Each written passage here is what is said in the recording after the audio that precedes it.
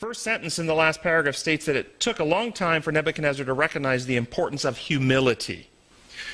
Well, I want to just briefly unpack what is healthy, godly humility and what is unhealthy humility. Healthy humility is the recognition of truth.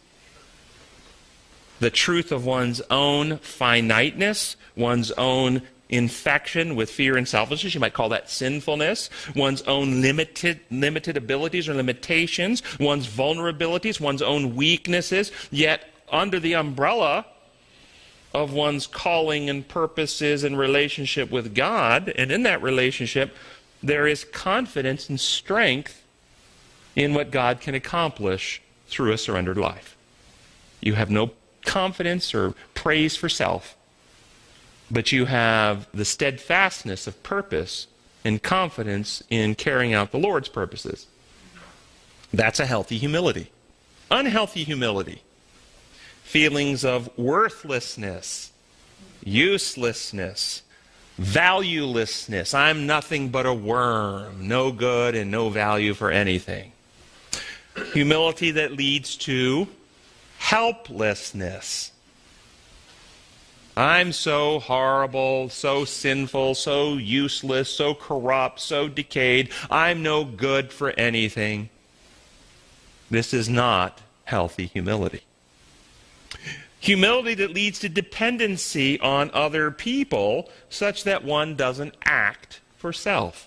One doesn't exercise self-control or self-governance. One is so humble, I'm just a poor, corrupt sinner. I don't know what to do. I'll let my pastor, my priest, my pope, my teacher, my doctor, whomever tell me, and I'll just follow their lead. This is not healthy humility. Humility that makes humility their point of pride. Acting in ways that draw attention to how humble they are. I'm really humble and I'm proud of it. That's always a good joke, isn't it?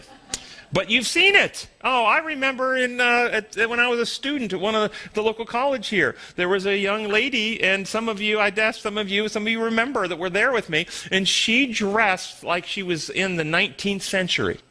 Clothing from the 19th century. I don't think she ever washed her hair, maybe every spring once. And it was straight, and there was no makeup, and she would walk around, carrying a Bible in one hand, almost in the position of repose, if you know what the position of repose is. It's where they put somebody in a casket, the position of repose. Okay? And she walked around campus like this, never cracked a smile. And she was very pious in her humility. And no one ever seemed to notice. No, everyone noticed her. She was like a neon sign. This humility was designed to draw attention to self. Humility that resides in the heart. Here's another unhealthy humility. Humility that resides in the heart as humiliation. Humiliation is not humility.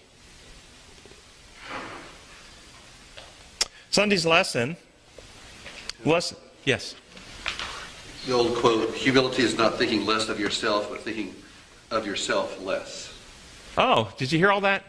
Humility is not thinking less of yourself, but thinking of yourself less. Yeah, that's good.